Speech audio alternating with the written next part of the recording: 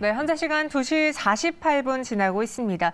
앞서 이제 현덕이 덕분에서 두 가지 공략주 나왔죠. 하나는 바이오, 하나는 2차 전지. 오늘 시장 이 두 종목군들이 다 하고 있습니다. 이런 시장 안에서 또 무엇을 봐야 될지 두 분의 이야기 들어볼게요. 김민수 대표, 임순재 대표 함께합니다. 어서 오세요. 네, 안녕하십니까. 네, 오늘 김민수 대표님은 돈 많이 벌었다는 이야기가 있는데 예? 레몬의 주가가 아, 혹시 관련이 좀 있습니까? 저희 계열사입니다. 예. 부럽습니다. 아, 예, 그냥 그렇죠. 부럽고요. 예, 예. 네, 오늘 레몬이 상한가까지도 가면서 그렇죠. 저희가 놀랐었는데 레몬 리서치 대표님과 레몬의 관계는 없다. 하지만 기분은 좋다. 그냥 열심히 해야겠다. 네. 그런 생각이 듭니다. 알겠습니다. 네. 그럼 이런 시장에서 저희가 뭐 오늘 물론 시장이 막 불같진 않아요. 그런데 누군가는 기분이 좋고 누군가는 지루한 시장이 될 텐데 어떤 것을 봐야지 재미난 시장이 될 수 있을지 세 가지 특징주로 알아보겠습니다. 첫 번째부터 바로 만나보시죠. 선의 전쟁으로 본격화되고 있습니다. 카카오의 SM 공개 매수 소식이 오늘 또 한 번 급등을 했는데 사실 이전에 마켓인싸라는 저희 프로그램에서 안진아 애널리스트가 와서 엔터지 이야기를 하고 가셨어요. 굉장히 상세적으로 이야기했지만 저희는 또 누굽니까? 개인 투자자들의 심리랑 전반적인 흐름을 또 전해드리는 목표가 있잖아요. 지금 이 카카오 엔터와 하이브 그 두 싸움의 SM은 약간 노났다라는 이야기까지도 하고 있는데 현재까지 분위기는 어떻습니까, 대표님? 네, 이게 갖고 계신 분과 안 갖고 계신 분 간의 차이가 엄청 크다 보니까 네. 어디에 포인트를 맞춰야 될지 모르겠지만 네. SM의 개인 주주가 한 60%대가 된다고 하더라고요. 이제. 그러니까 저도 이번 처음 네. 알았어요. 의외로 좀 저희 매경을 보면서 챙기신 분들이 좀 있다고 하더라고요. 좀 강하게 얘기하신 분이 하나가 좀 있죠. 다행입니다. 죄송합니다. 네. 예. 그런데 지금 SM을 그러면 지금 이제 15만 원대 불렀습니다. 앵커님은 지금 더 간다고 해서 사실 수 있으시겠습니까? 저는 지금은 못 살 것 같은데. 그전에도 못 샀는데요, 뭐. 네. 근데 지금 SM을 바라보면서 그냥 완전히 이제 탑을 쌓는 과정이죠. 나 여기 얼마, 그다음 얼마 이런 식으로 나아가는 과정인데 이제 중요한 거는 이제 하이브 같은 경우는 지금 현재 이수만 프로듀서 예전에 전 프로듀서 쪽에 자녀 지분 포함하게 되면 20%가 조금 안 됩니다. 그런 쪽에서 카카오는 지난번에 장내 매수한 금액과 뭐 기타 법인 매수한 금액까지 다 합치게 되면은 약 한 9% 갖고 있을 거로 추정되고 있고요. 게다가 이번에 35%, 15만 원대의 어떤 이제 공개 매수를 진행한다라고 하게 되면 합치면 약 한 44%, 거의 이제 대주주의 위치에 올라섰다라고 생각하는데 이제 여기서 중요한 게 그러면 하이브가 가만히 있을 것이냐 아니면 이제 못하겠어 포기 이렇게 나올 것이냐 이게 중요한 앞으로의 변화라고 봐야 될 것 같고요. 네, 할 것 같습니까? 하이브가? 더 계속 싸우지 않을까요? 그러면 그럼 이제 공개 매수가가 올라가겠죠. 근데 지금 이 15만 원이 이번에 부른 공개 매수가가 어느 정도 수준이냐라고 하게 되면 만약에 시총 기준으로는 한 3조 6천억 될 것 같고요. 그렇게 됐을 때는 만약에 SM이 연간 영업이익 한 2천억대 나온다. 아직은 좀 부족합니다. 근데 그렇게 되면은 한 밸류 한 20배 정도 되는 쪽이죠. 이게 엔터사 입장으로 비싸다고 봐야 될까요? 싸다고 봐야 될까요?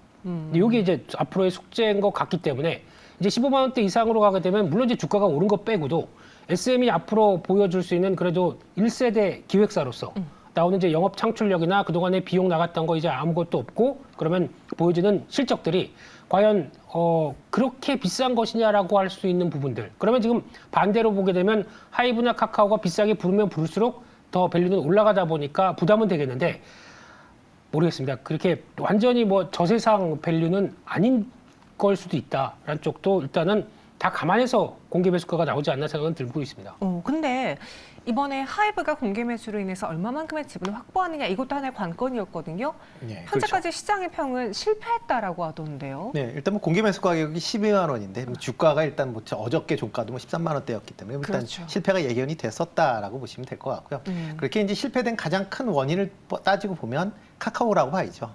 카카오가 장내에서 매수를 하지 않았으면 12만 원대를 넘어가지 않았을 가능성이 더 높고요. 그렇게 네. 되면 성공을 했을 걸로 예상이 되고 있습니다. 그러니까 뒤집어 얘기를 하게 되면 하이브가 지금 그러니까 지금 카카오가 이제 매수를 15만 원대 한다라고 하는데 오늘 가격이 이제 14만 8천 원입니다. 그러니까 15만 원이 넘어가면 공개 매수가 또 실패되겠죠. 그렇게 되면 하이브 입장에서 만약 이걸 매수를 해야 되겠다 그러면 하이브가 직접 매수할 수도 있지만 우호 세력을 통해서도 15만 원 이상으로 주가를 올려놓는다 그러면 일단 뭐 카카오도 공개 매수를 실패할 수밖에 없는 그런 상황이다라고 보시면 될 것 같아요. 뭐 그렇게 생각이 됩니다. 그 이후에 뭐 하이브 입장에서 보면 그 카카오보다 좀 더 패가 좀 많다라고 보시는 게 더 맞지 않을까. 일단 추가적으로 매수해야 될 그 지분율 자체가 카카오보다 상대적으로 좀 적고요. 그 다음에 뭐 12만 원에 일단 기본적으로 한 20% 정도의 지분율을 갖고 있기 때문에 추가적으로 들어가는 비용도 상대적으로 카카오에 비해서 부담이 적을 수밖에 없다라고 보면 뭐 일단 하이브가 추가적으로 뭐 15만 원대 이상에서 공개 매수를 하거나 아니면 15만 원에 똑같이 공개 매수를 하는 방법도 있고요. 아니면 장내에서 매수를 해서 15만 원 이상으로 주가를 올려놓고 뭐 카카오가 이제 실패해서 이제 본인들이 안정적인 대주주가 될 수 있는 방법도 있고 일단 여러 가지 패가 있기 때문에 기본적으로 하이브 쪽으로 조금 더 유리하지 않을까라는 개인적인 생각을 해보고 있습니다. 하이브가 조금 더 유리해 보인다. 김민수 대표님은 어떻게 보세요? 누가 유리하건 무슨 상관이 있겠습니까? 저희는 비싸게 부르는 쪽이 저희 편이죠. 네. 그러면 SM을 갖고 계신 분들의 경우에는 15만 원이 다 와간다고 혹시나 하이브가 16만 원 부를 수 있으니까 기다리는 게 답인 거예요? 저라면 그렇게 할 것 같고요. 근데 이제 중요한 거는 변동이 무지 커질 수 있기 때문에 그렇죠. 금액이 뭐 내 포트폴리오의 한 90%를 들고 간다라고 하게 되면 하루 종일 이쪽 기사만 봐야 됩니다. 그렇죠. 네, 그렇기 때문에 그런 거는 좀 그렇고요. 적어도 이 정도는 그래 끝까지 한번 가보겠다라고 하는 정도의 부담 없는 비중 정도로 대응하시는 게 좋을 것 같고요. 또나 제가 보기에는 카카오도 만만치 않은 것 같습니다. 워낙 카카오엔터를 상장시키겠다는 목표가 있다 보니까 만약에 하이브가 어떤 전략이 나오든 간에 또 붙을 수도 있는 네. 입장이라고 봐야 될 것 같고요. 이렇게 되면은 이제 SM의 밸류가 올라갑니다. 나머지 엔터사는 이것도 또 하나 같이 올려야죠. 그래 같이 이제 SM만 저래라고 하게 되면 이것도 움직이겠죠. 그중에 YG는 우리 지수가 고솔로로. 고솔로로 나옵니다. 예, 많이 아껴주시고요. 예, 블랙핑크의 역할론과 또 베이비몬스터까지 본다. 네. 예, 이제는 YG입니다. 네. 두 분의 이야기 정리해 봤을 때 하이브와 카카오의 싸움이 이 15만 원 선에서 쉽게 끝나지는 않을 것 같다. 일단 비중 정도의 차이는 있지만 SM을 조금 더 주가 상승 기다려보겠다라는 의견이 일치가 됐어요. 그렇다면 이 하이브와 카카오 둘 중에 한 곳은 패자로 될 거지 않습니까? 그렇게 됐을 때 주가가 하락한다면 오히려 그때 매수 기회로 보는 건 어떻게 생각하십니까? 글쎄 주가를 만약 하락한다라고 하게 되면 그닥 좋은 건 그러니까 일단 뭐 M&A가 과정이 끝났다라고 보면 될 것 같고요. 그렇게 되면 과연 밸류가 이 정도 유지할 수 있느냐는 좀 단기적으로는 좀 못 유지할 가능성이 크다라고 생각이 되고 있습니다. 뭐 하이브 같은 만약 이게 안 된다라고 하게 되면 뭐 하이브 쪽보다는 아마 카카오가 좀 더 영향이 좀 클 가능성은 있다라고 보여지고요. 카카오 입장에서는 카카오 엔터를 제외하고 굳이 카카오가 왜 이걸 사야 되느냐라는 아마 주주 반란 뭐 일단 얘기도 나올 가능성은 충분히 있다라고 생각이 되고 있습니다. 뭐 그렇기 때문에 만약 카카오가 공개 매수에 실패한다라고 하게 되면 네. 좀 더 타격이 클 걸로 예상이 되고 있고요. 공개 매수와 더불어서 이제 이번 달 말에 주총이 SM 주총이 있는데 그 주총에서 이제 이 사진을 어디서 잡느냐에 따라서도 향후에 이런 이제 주가 흐름에 같이 좀 연동돼서 움직이지 않을까 싶습니다. 알겠습니다. 정말 뜨거운 기업이죠. 지금 SM을 둘러싸고 있는 쩐의 전쟁에 대해서 이야기 들어봤고요. 두 번째 실시간 특징주 바로 만나보겠습니다. 쉽게 멈추지 않은 2차 전지의 고점은 주가가 정말 수직 상승인데도 쉽게 멈추지가 않고 있습니다. 어제장에 또 한 번의 불꽃 슈팅이 나왔고 오늘도 뭐 포스코 케미칼이라던가 또 리튬까지도 상승이 나와주고 있는데 최근에 2차 전지주들의 주가를 보면서 두 분은 어떻게 생각하셨어요? 뭔가 그럴 법해 혹은 너무 과한 거 아니야? 어떤 의견이셨는지. 일단 뭐 시장 뭐 2차 전지 관련주가 보면 뭐 장래성은 있다라고 생각은 하지만 네. 단기적으로 좀 너무 급등한 측면은 없지 않아 있다라고 생각은 하고 있습니다. 그렇지만 이제 주가라는 게 한번 탄성을 받기 시작을 하면 얘가 뭐 추가적으로 갈 때까지 일단 가보는 그런 성향들이 좀 있기 때문에 요즘 특히 그렇죠. 네, 그렇죠. 뭐 지금 뭐 시장 내에서 뭐 마땅한 게 지금 투자할 만한 그런 이제 대안이 없는 그런 상황입니다. 뭐 반도체가 좋은 것도 아니고 뭐 그러다 보면 제일 만만한 게 이제 현재 2차 전지 AI 관련주다라고 보면 될 것 같고요. 그러다 보니까 이제 자금들이 시중 유동성이 이쪽으로 이제 쏠리다 보니까 어떻게 보면 2차 전지가 갖고 있는 그런 이제 내용보다는 조금 더 오버슈팅하는 측면은 없지 않아 있긴 하지만 일단 뭐 보유하고 계신 분이다라고 하게 되면 좀 더 지켜보고 좀 더 갖고 가셔야 되지 않을까라는 생각 좀 해보고 있습니다. 김민수 대표님도 그렇게 생각하세요? 이제 이 가격이 되니까 공매도를 조심해야 된다라는 의견도 나오고 있고 아니다. 지금 계속 개인 투자자들이 조금만 하락하면 바로 매수하려고 좀 낮은 가격에 매수 잔고들이 쌓여 있다. 그런 걸 보면은 쉽게 빠지지 않을 것이다라는 이야기 양분하던데요. 아직도 안 갖고 계세요? 네. 아니 그런 말하면 진짜 없는 분들 속상해요. 아, 그렇죠. 네. 예, 근데 이게 지금 2차 전지가 모르겠습니다. 어차피 보여지는 미래였는데 네. 그걸 얼만큼 땡겨왔느냐 아니냐에 따라 차이는 있다고 하더라도 지금 몇 년치 땡겨온 거잖아요. 그렇게 많지는 않을 겁니다. 아, 그래요? 생각보다. 예, 자세히 보시게 되면 만약에 에코프로 BM을 본다고 해보세요. 네. 이게 지금 현재 내년 2024년, 2025년 정도, 2년 정도 흐름 보게 되면 영업이익 한 8천억대는 나올 걸로 봅니다. 네. 근데 이번에 에코프로 BM의 삼성 SDI와 계약했던 것까지 이제 GM과 계약했던 것까지 만약에 거기도 공급하는 쪽으로 나간다. 8천억이 뭡니까? 아. 네, 더 플러스 알파가 되겠죠. 볼보도 옵니다. 그러면 여기서 이제 나올 수 있는 금액이 만약에 1조대까지 간다. 지금 시총이 20조다. PR 20배면 성장 산업 쪽에서 비싼 걸까요? 네, 이런 거 생각하게 되면 땡겨오긴 땡겨왔는데 그렇게 막연하게 저희가 알고 있는 뭐 허황된 숫자로 땡겨온 건 아니기 때문에 감안은 할 필요는 있다고 봐야 될 것 같고요. 결론적으로는 뭐 이만큼 올라온 자리에서 무슨 얘기를 드리겠습니까? 근데 끝날 때까진 끝난 게 아니다. 그러니까 고점 신호 확실히 보고 정리하는 게 제일 좋지 않겠느냐 이렇게 생각하고 있습니다. 고점 신호를 확실하게 보고 정리하자라는 의견. 그러니까 지금까지는 일단 현재까지 나온 물량들의 그런 추후 수익을 PER로 계산해서 산정했다라고 한다면 여기 플러스 알파가 나올 것까지도 우리는 생각해서 주식 투자를 하고 있기에 그래서 주가가 오른 것 같다라는 의견. 고점 볼 때까지 나는 보겠다.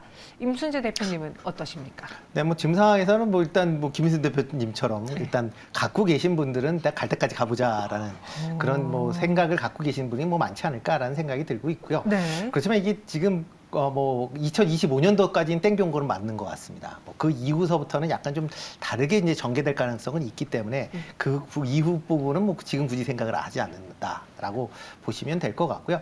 최근에 뭐 이제 그 2차 전지 관련돼서 뭐 다양한 유형으로 나옵니다. 뭐 지금 삼원계, 그다음에 뭐 하이니켈 관련돼서 지금 뭐 시장에서 핫한 그런 뭐 얘기들은 나오고 있지만 하이니켈이 갖고 있는 단점도 같이 부각이 될 수밖에 없거든요. 가장 쉬운 게 이게 폭발력이 상당히 강해지기 때문에 그거에 대한 리스크가 커질 수밖에 없는 거고요. 또 뭐 LFP 배터리 관련돼서 뭐 계속 지금 그 품질이 좋아지고 있는 그런 상황이기 때문에 언제든지 이게 품질이 어느 정도 이상으로 올라온다라고 하게 되면 국내 기업이 갖고 있는 삼원계 배터리가 밀려날 수도 있다라는 것도 뭐 어떻게 보면 장담할 수 없는 거거든요. 그러니까 상황이 어떻게 될지는 전부 다 이제 조금 불확실성은 있긴 하지만 지금 상황으로 봐서는 2025년도까지 뭐 땡겨 없는 관점에서 보면 뭐 지금 추가적으로는 조금 더 올라갈 가능성은 있긴 하지만 뭐 일단 신규로 매수하기에는 지금 가격대는 좀 부담스러운 가격이긴 맞다라고 생각이 듭니다. 네, 부담스럽다라고 이야기했음에도 불구하고 최근에 주가가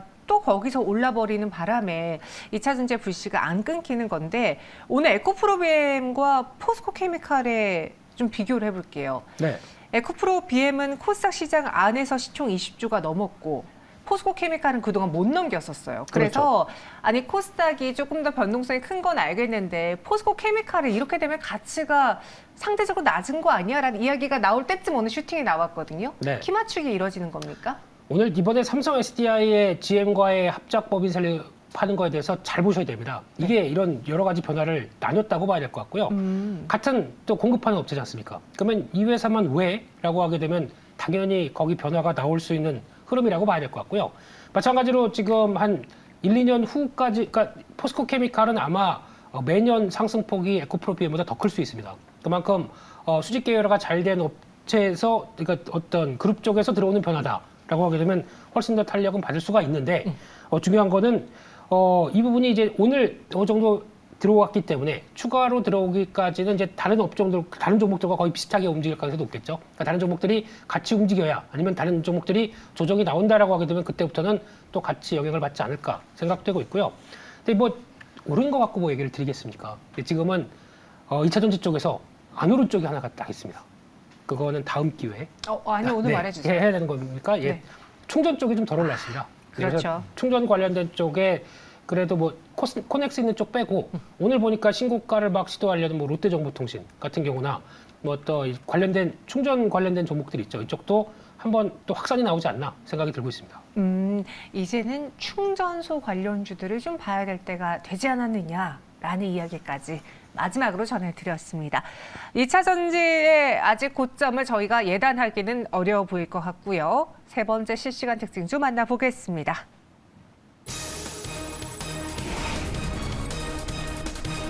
위기가 기회일까 아니면 위기는 위기일까? 지금 1월에 반도체 재고율이 26년 만에 최고치래요.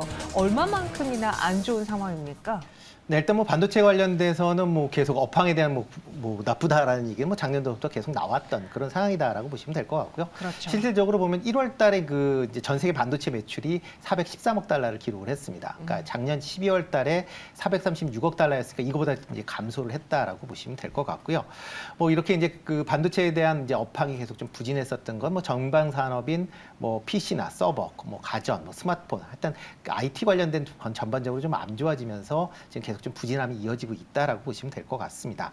뭐 삼성전자 같은 경우도 지금 12월 말 기준으로 재고 자산이 이제 52조를 넘어가면서 뭐 사상 처음으로 50조 원대를 넘어갔는데요. 뭐 그러니까 재작년이죠. 2021년 말에 41조였으니까 이거보다 한 20% 정도 재고가 늘어날 만큼 삼성도 재고 문제가 이제 문제가 될 수 있다라고 보여집니다. 특히 이제 국내에서 이제 주로 생산하고 있는 디램 같은 경우는 계속 지금 가격 하락이 이어지고 있다라고 보시면 되는데요. 지난 1월 달에도 지금 뭐 2월 달에도 4% 가까이 지금 하락을 한 그런 모습을 보이고 있습니다. 그러니까 가격이 안정화를 안 되고 계속 조금씩 빠지고 있다라는 것 자체가 일단 디램에 대한 그 우려감이 좀 커졌다라고 보시면 될 것 같고요. 이에 따라서 뭐 국내 반도체 수출이 지금 작년 이후 그러니까 7개월 연속 지금 하락세가 이어지고 있습니다. 특히 2월달 이제 반도체 수출액이 59.6억 달러로 전년 대비 42% 정도 감소할 만큼 일단 뭐 반도체 판매가 많이 좀 줄어들었다라는 게 전반적으로 반도체 관련된 업황을 더욱더 투자 심리를 위축시키는 그런 요인으로 작용하고 있지 않나 싶습니다. 말씀해 주신 것처럼 당장에 나온 이야기가 아니라 작년 한 해 내내 이야기가 네, 그렇죠. 나왔어요. 그러면서 나온 이야기가 2023년 상반기가 매수 기회가 될 것이다. 위기는 기회다라는 이야기가 있었거든요. 동의하세요? 그거는 뭐 지나봐야 될 일이고요. 네. 근데 그런 상황은 올 것 같습니다. 저희가 지금 2차 전지만 보고 있죠. 그렇죠. 어느 순간에 오면은 손목이. 반도체만 또 이렇게 또 강하게 올라갈 때가 올 겁니다. 그렇겠죠. 그때는 저희 또 매격에서는 네. 근데 지금 일단 시그널이 아직까지 그렇게 좋지 못했던 상황이지만 변화가 나오고 있는 게 2월달 반도체 수출 금액 보면은 살짝 변화 나오기 시작합니다. 지금 YOY 그러니까 작년 동기 대비해서는 여전히 부진한데 디램 쪽으로 보게 되면 1월달 대비해서 6.3% 증가로 나옵니다. 또 낸드 같은 경우는 35% 증가로 나옵니다. 네. 이렇다는 얘기는 뭘 의미할까요?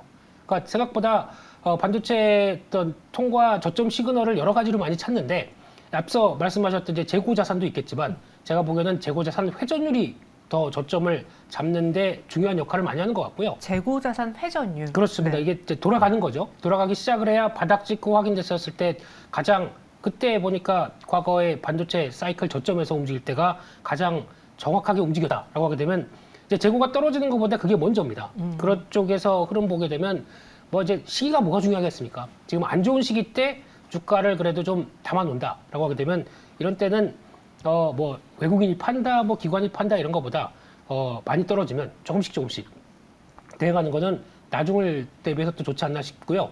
또 하나 중요한 시그널은 OECD 경기선행 지수가 드디어 어제 발표됐었죠. 네. 거의 이제 약간 플랫하게 되기 시작합니다. 중국의 역할이죠. 그러면 중국 쪽은 PMI 지수가 제조업 지표가 개선된다는 얘기고 미국은 아직 조금 멀었죠. 이게 확인이 되기 시작하게 되면 그때 또 가장 먼저 강하게 반응하는 쪽은 반도체입니다. 좀 이제 이해가 되시겠죠? 네네. 네, 그때를 노리면서 이번엔 좀 잘 사보세요. 알겠습니다. 네. 아, 저희 시청자분 중에 한 분, YY님도 네, 그래서 물타기 열심히 하는 중입니다라고 글을 올려주셨어요.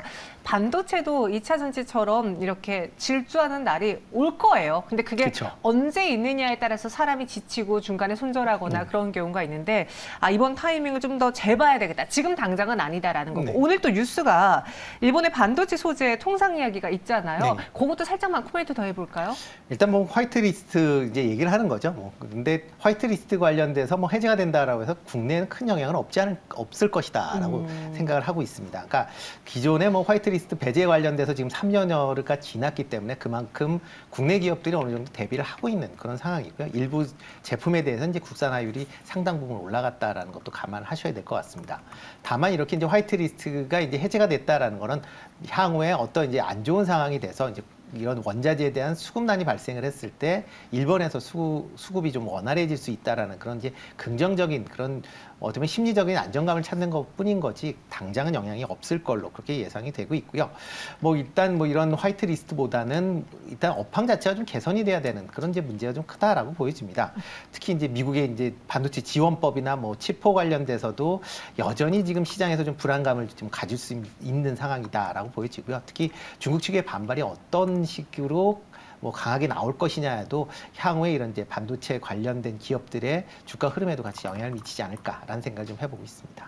알겠습니다. 이렇게 반도체까지 오늘 실시간 특징주 3가지 다뤄봤고요. 두 분 대표 여기서 인사드리겠습니다. 설명 고맙습니다.